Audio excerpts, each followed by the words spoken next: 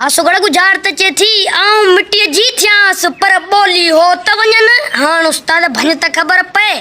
वाह साईं वाह वाह वाह। आऊं मिट्टी जी थियास पर बोली हो त वञन पर बोली हो त वञन मिट्टी जी थियास। मिट्टी जी साईं घोर नथी चए, बचे मिट्टी जी दज़ नथी चए, बचे मिट्टी जी मेड़ी नथी चए, अञा बचे मिट्टी जी दिल्ली नथी चए, बचे मिट्टी जी पिनोड़ी नथी चए, बचे मिट्टी जी ओसारी नथी चए, अञा बचे मिट्टी जी साईं छा थी चए, मिट्टी जी चुल्ह नथी चए, अञा बचे मिट्टी जी मारंग नथी चए। बचे वाह साईं वाह। आऊं मिट्टी जी थियास पर बोली हो त वञन पर बोली हो त वञन मिट्टी जी सिर नथी चवे, बचे अल्लाह मिट्टी जी कबर नथी चवे, अञा बचे मिट्टी जी वारी नथी चए, बचे मिट्टी जी कच्ची का पक्की सही नथी चवे। बचे वञ भणा वाह साईं वाह। आऊं मिट्टी जी थियास पर बोली हो त वञन पर बोली हो त वञन आऊं मिट्टी जी थियास। मिट्टी जी का ढेरी नथी चवे साईं, बचे का ढिगड़ी नथी चवे, बचे का बारी नथी चवे, मिट्टी जी का कच्ची पक्की नथी चवे, का लेपाई मिट्टी जी नथी चवे, का गारो नथी चवे मिट्टी जी गारो, बचे साईं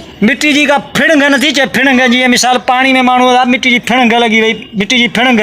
बचे साईं मिट्टी जी का चुगल नथी चए, मिट्टी जी का साईं छा थी चए, का थोबी नथी चए, थोबी मिट्टी जी बि हूंदियूं आहिनि साईं। बचे साईं वाह साईं वाह। आऊं मिट्टी जी थियास पर साम्हूं हो बोली हो त वञन बोली हो त वञन बोली हो त वञन बोली हो त वञन। साईं खिलंदा वञन, बचे साईं रोवंदा वञन, बचे बोली साईं ॾुखिया वञन, बचे साईं सुखिया वञन, बचे साईं अबाणा वञन बोली अञा बचे अञा बचे बोली, साईं महिमान वञन, साईं उञा के बुखिया वञन बोली। अञा बचे वञ भणा जा पुट। वाह साईं वाह। आऊं मिट्टी जी थियास पर बोली हो त वञन पर बोली हो बोली हो त वञन मिट्टी जी का घणी का थोरी नथी चए, बचे मिट्टी जी का हवा नथी चए, का तूफान नथी चए मिट्टी जी। बचे वञ भणा जा पुट तूफान बि नथी चवे मिट्टी जी।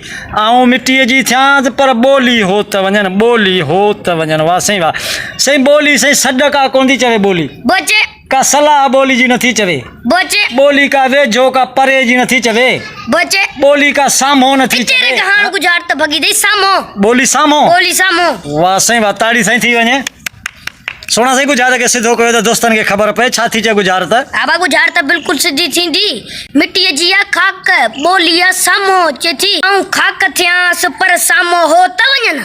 वाह साईं वाह वाह वाह वाह वाह। मिट्टी जी खाक, मिट्टी जी खाक वाकई साईं खाक मिट्टी जी आहे। असुल करे दरगाह ते इन्हनि ते खाक ऐं बोली साम्हूं चे थी आऊं खाक थियास पर साम्हूं हो त वञन।